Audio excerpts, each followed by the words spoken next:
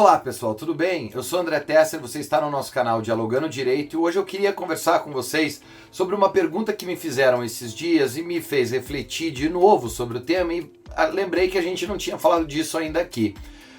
A pergunta era mais ou menos assim: como pode, se é que pode, como pode ser feita a superação ou flexibilização de precedentes? Essa é uma pergunta bastante relevante, bastante importante, porque ela, atrás dela tem primeiro questionamento, que é saber a ideia de que os precedentes, embora tenham sido criados e são fundamentais para que haja uma manutenção de integridade, coerência e unidade na aplicação do direito, eles não são eternos. Eu costumo brincar e digo que, ao contrário dos diamantes, os precedentes não são eternos.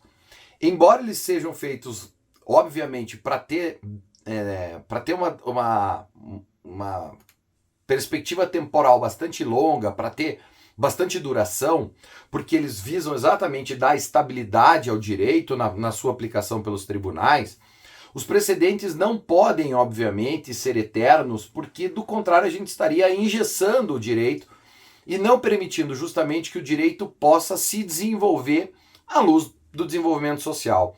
E o que está por trás dessa ideia, então, da possibilidade de modificação, superação, flexibilização, enfim, de precedentes, é a própria perspectiva de entender que o direito ele é aderente a uma determinada realidade social. O direito não é um fenômeno ahistórico, né?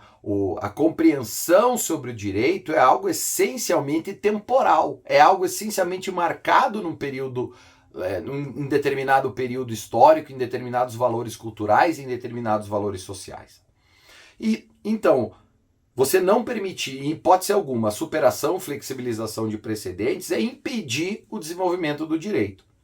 Isso não significa dizer que os precedentes não têm que ser respeitados, mas que eles devem ser revistos sempre que, de uma forma geral, eles não estiverem mais aderentes aos valores sociais ou culturais aos quais o direito precisa atender. Então, nessa minha primeira explanação, já fica claro que os precedentes podem e devem ser revistos, flexibilizados, eventualmente até superados, quando eles não mais representarem os valores culturais, sociais, etc., da sociedade como um todo em relação à compreensão do direito. E isso pode acontecer de duas formas. Pode acontecer de uma forma mais, eu diria, de dentro para fora dos tribunais, em que a compreensão sobre o direito vai se modificando dentro das decisões judiciais, ou mesmo de fora para dentro. A gente poderia dizer, quando há, por exemplo, uma alteração legislativa que vai justamente em sentido contrário a um determinado precedente. Então, é claro que, tanto num caso quanto no outro, o que está por trás da modificação do direito, a gente pode dizer, é essa necessidade de adaptação, necessidade dessa compreensão de uma perspectiva temporal e histórica do direito e dessa adaptação do direito às novas realidades, ou essa realidade. O direito não pode estar desconectado dela, né, da realidade social, cultural, etc. Então isso tudo pode acontecer basicamente por conta de dois fenômenos, né? Dessa modificação do próprio entendimento dos tribunais sobre uma regra já existente, ou de modificação de regra, inclusive sob o ponto de vista legislativo. O que é importante lembrar é que a modificação de um precedente, ela não é algo corriqueiro, ela não é algo que pode acontecer o tempo todo. Ela tem uma razão de ser bastante, excepcional. Ela tem, claro, o direito precisa acompanhar a realidade, mas no direito é algo que pauta comportamentos.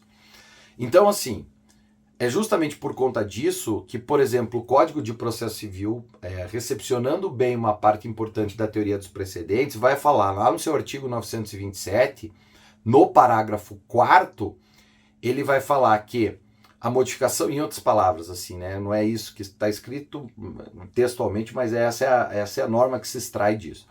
Quando houver necessidade de alteração de um precedente, é preciso cuidar para ver se não há necessidade de modulação dos seus efeitos. A gente pode falar disso no vídeo um pouco mais para frente, como isso acontece, mas significaria mais ou menos dizer que às vezes a modificação do precedente ela só vai se aplicar de um determinado momento para frente. Não pode atingir situações retrospectivas, até em razão da segurança jurídica, da isonomia e tal, e do respeito à confiança nos tribunais, ou nas decisões dos tribunais.